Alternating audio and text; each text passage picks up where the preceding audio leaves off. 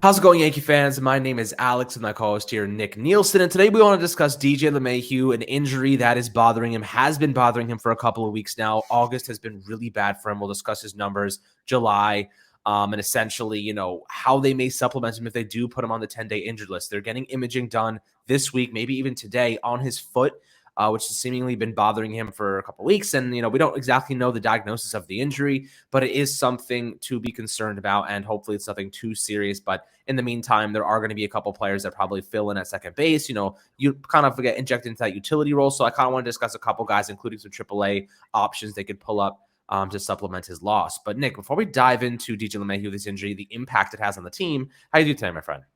I'm pretty great, honestly. I mean, last night, again, like another painful loss. Of course, after the game, I was once again in a dark place. I feel like all Yankees fans were. It was just a very ugly loss. Like there was no one that seemed to even be trying.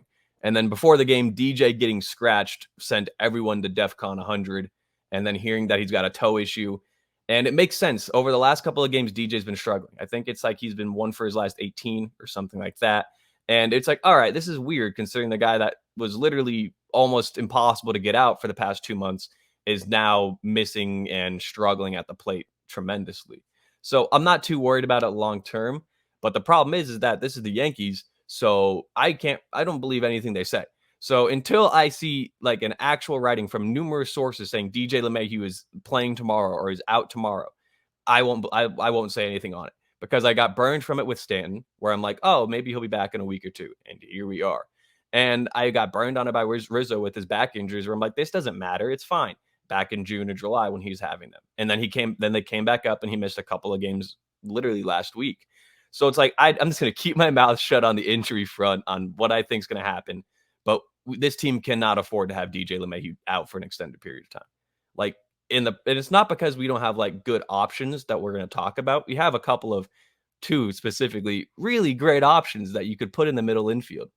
But the problem is that the Yankees have shown such a reluctancy to call up those 2-star options that we'll talk about that some other guys are probably going to end up getting more reps.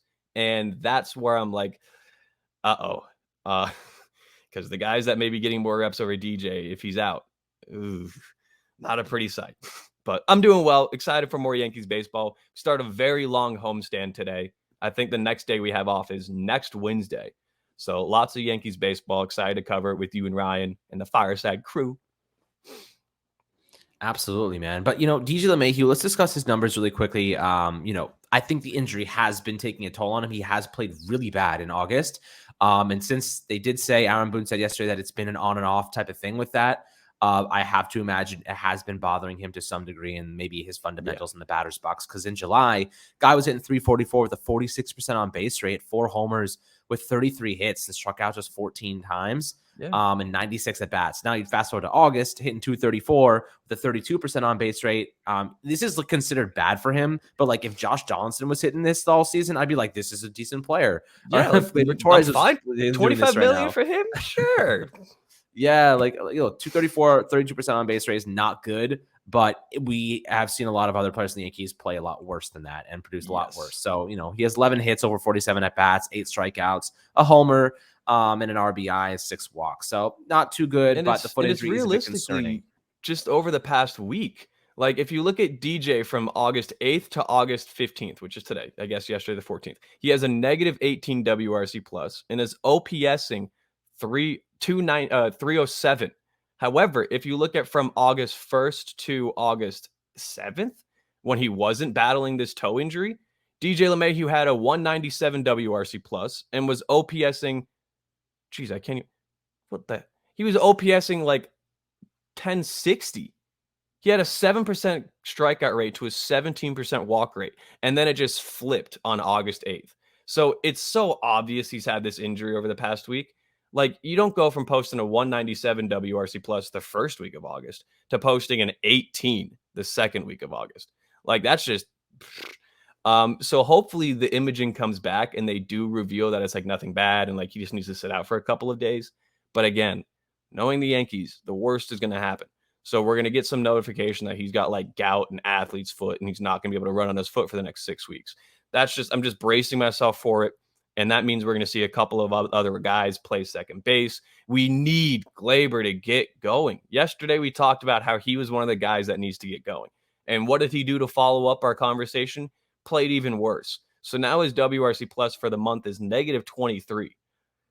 So if we want to supplement DJ's injury, we got to have the guys that are playing around DJ and are probably going to play more if he's injured do better. Like, I don't care if Marwin plays second base in his ass. That's because Marwin doesn't play at all. But when our everyday second baseman, being Gleyber Torres, is legitimately swinging and missing at everything, DJ's loss is going to look even worse because he's the one guy on the team that doesn't really swing and miss at anything. Yeah, that's right. He makes great contact, and he just hasn't looked comfortable in the batter's box the last couple of weeks. But you know what? I'll tell you, there's 3 guys I have in mind to take over if he's forced to miss any time. So right off the bat, you look at Oswald Peraza, and he could play second base. You could play even I guess if you keep Glaber in second, you could move IKF to third and then put Peraza at shortstop. You could do that. Yeah. You could also go with Oswaldo Cabrera, who's a primary second baseman. He's much better. Doesn't have the range at shortstop, but good second baseman. He could play there. Then you could take Glaber out. You could just leave Josh Johnson IKF and then have Rizzo at first. So you could go that route. You could even move Glaber to shortstop if you really wanted to get a little zesty, which I don't think they want to do. Please, Lord, no. Please, Lord, no. That guy at shortstop is worse than IKF. I don't know how it's possible. Yeah, so that's not something that I don't think they'll go that route, obviously. I think they'd rather just keep IKF at short and then, just have Oswaldo Cabrera play second and just kind of bench Glaber for now. And then the third option that I have in mind is Tyler Wade, who actually is playing pretty well right now. In AAA, he's hitting 264 with a 42% on base rate over 19 games, 21% walk rate, 15% strikeout rate with 2 homers, 7 RBIs and 7 stolen bases.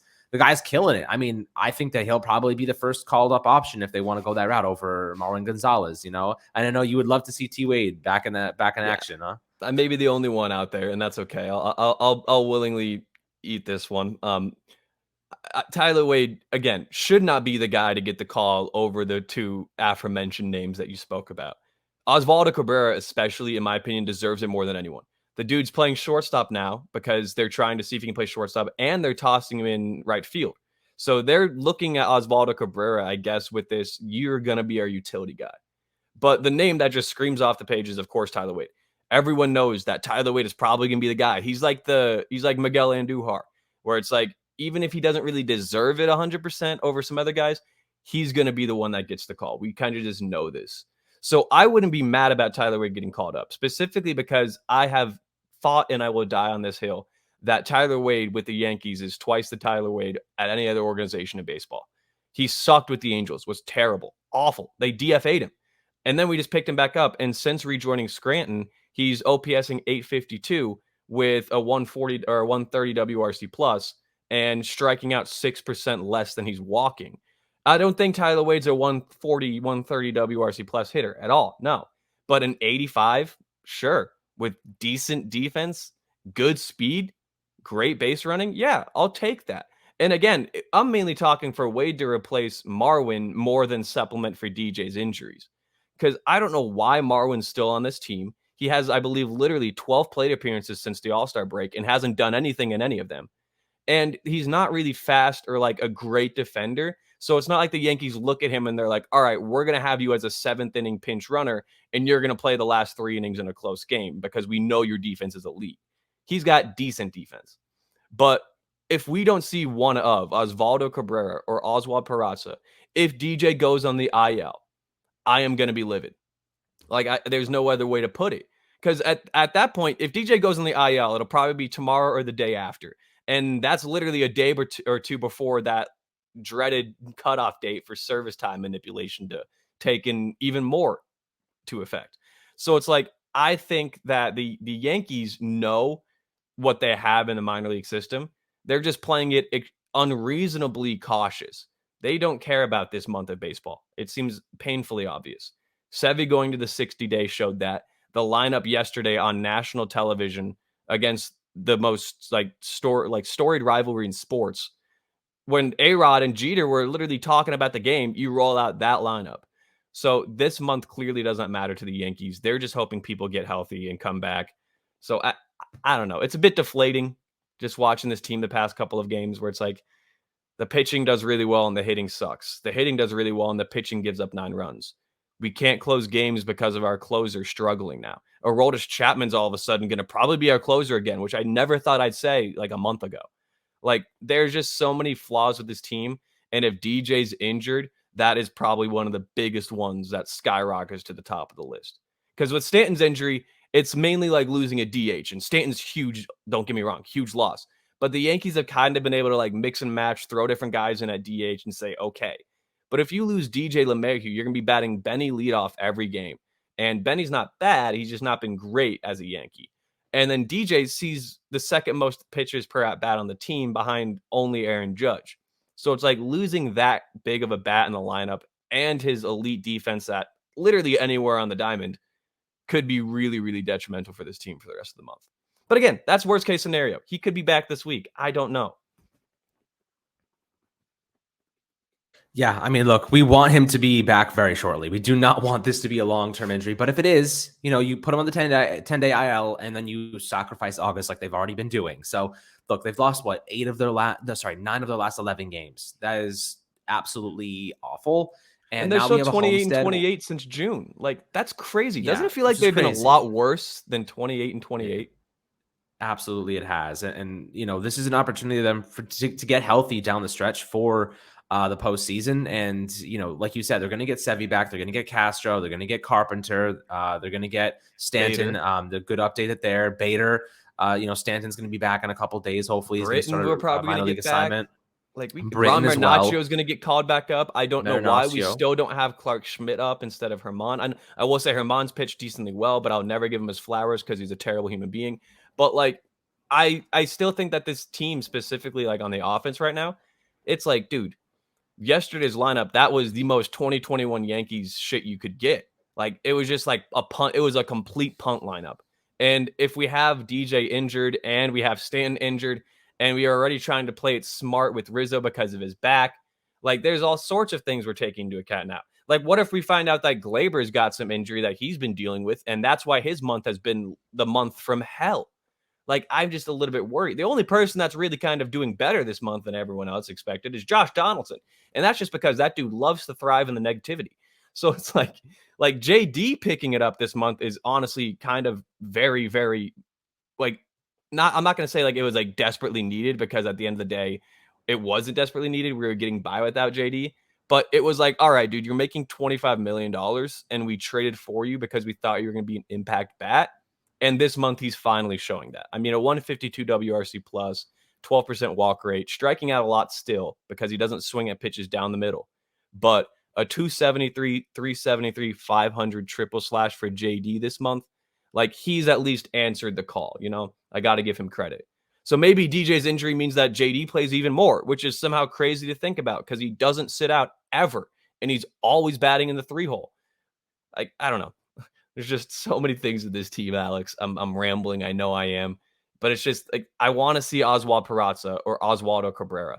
Something needs to change. Yeah. They need to have that young spark, some sort of spark. That next generation of player come up. If you see Tyler Wade, it's just the Yankees classic doing their classic shit of calling up the same 4 or 5 guys every time.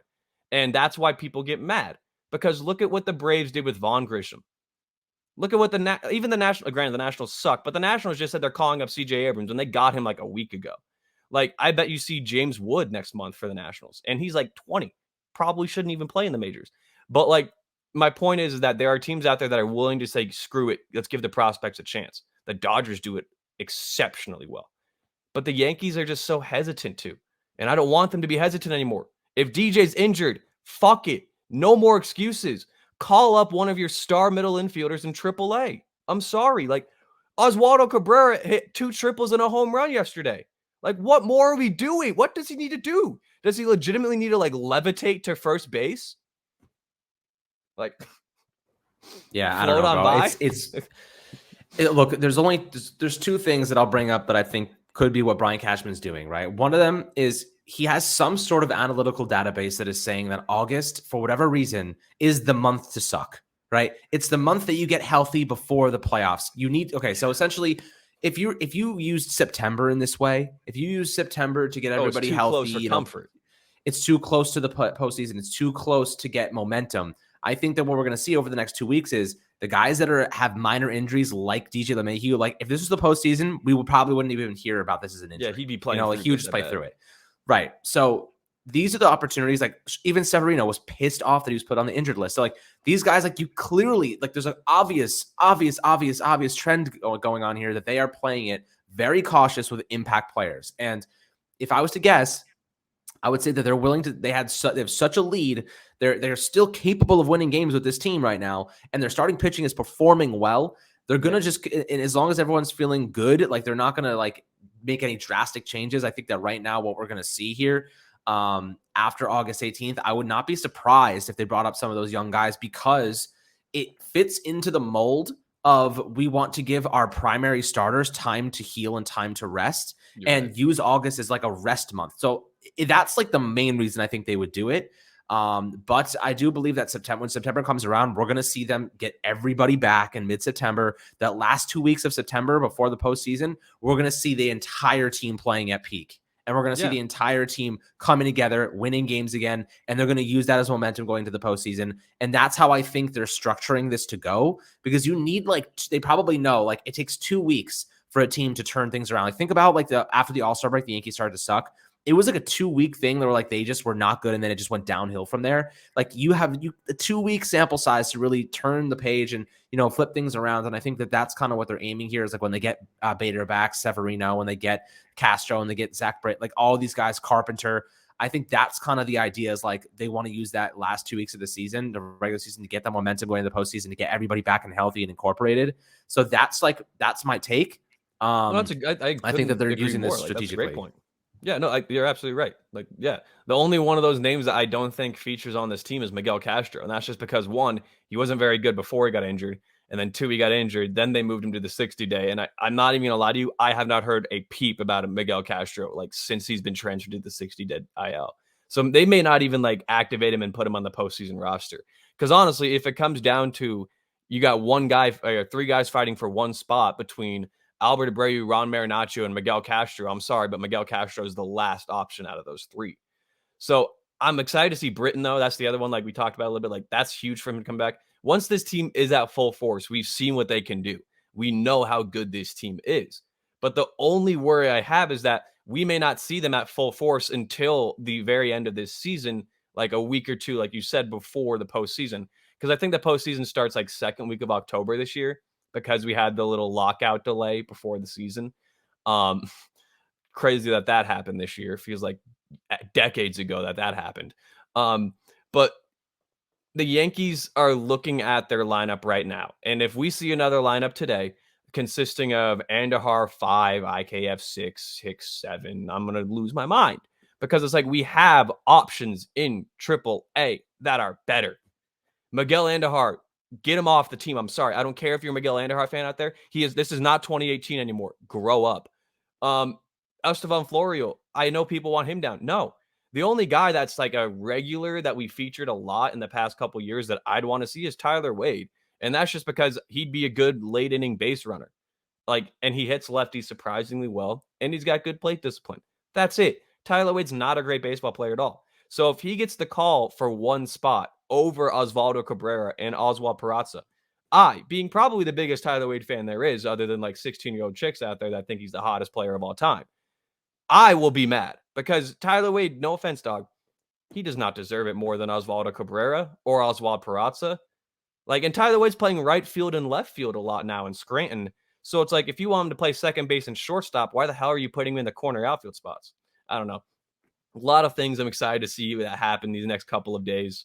I'm excited to keep the fans updated with you, Alex, of course. But if DJ's injured, I may just walk in front of a train or something. Yeah, that's not going to be good, guys. But I'd love to hear perspectives below in the YouTube comments about DJ, who you'd replace him with, maybe one of the AAA guys, or Tyler Wade, keep Gleyber at second, just roll with what they got, and Marwin Gonzalez. But, there's a lot of different things they could do here. Curious to hear your thoughts, as always, my friends. And make sure to like and subscribe to the channel below on YouTube, Apple, and Spotify. Hope you guys enjoy the rest of your day and a good start to the week. We'll catch you guys on the next Fireside Yankees episode.